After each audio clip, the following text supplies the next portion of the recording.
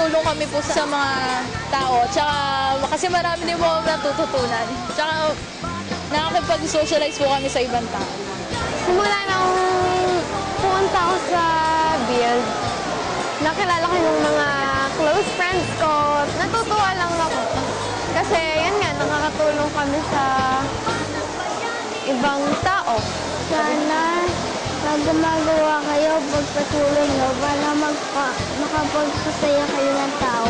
Sa mga kong isip, binabahagi ang oras, yaman at talento para sa mga nangangailangan sa bayan at buong mundo.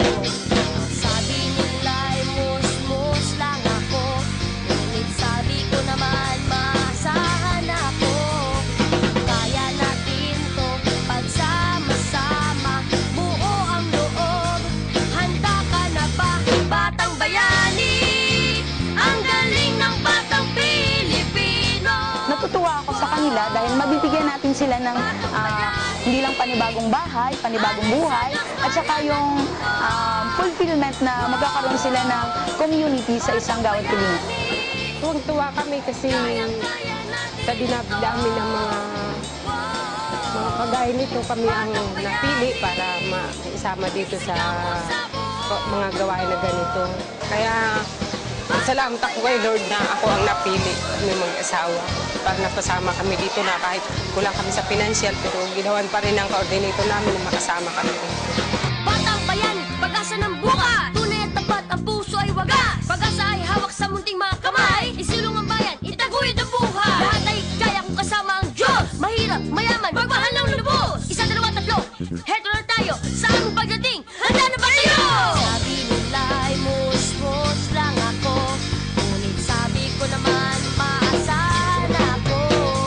Kaya natin to pagsama-sama, buo ang loob. Handa ka na ba, Batang Bayani? Ang galing ng Batang Pilipino. Wow! Batang Bayani, alay sa Diyos, bayan at mundo. Wow! Batang Bayani, kayang-kaya natin ito. Wow! Talagang i-treasure ko pati ng mga anak ko yung na-experience namin kanina. Yung paglalakad hanggang sa pag-uwi na umuulan. Well, I am sure pag nalaman ng mga ibang bata ito, they will want to be part of it also. This is just the first Bayani Challenge Kids edition. And we hope that it will be a permanent fixture of the future international kids villages. Na the other children now who want to participate will now have an opportunity later to do so. Tayo na at Sana sa mga susunod pang magiging Kids for Christ, sana itulong din natin, i-share natin sa mga bata kung ano yung mga natutunan natin dito. And huwag kayong mag-alala kasi kami mga ate at kuya nyo, hindi kayo mapapagod mag-alaga ng mga bata katulad nyo.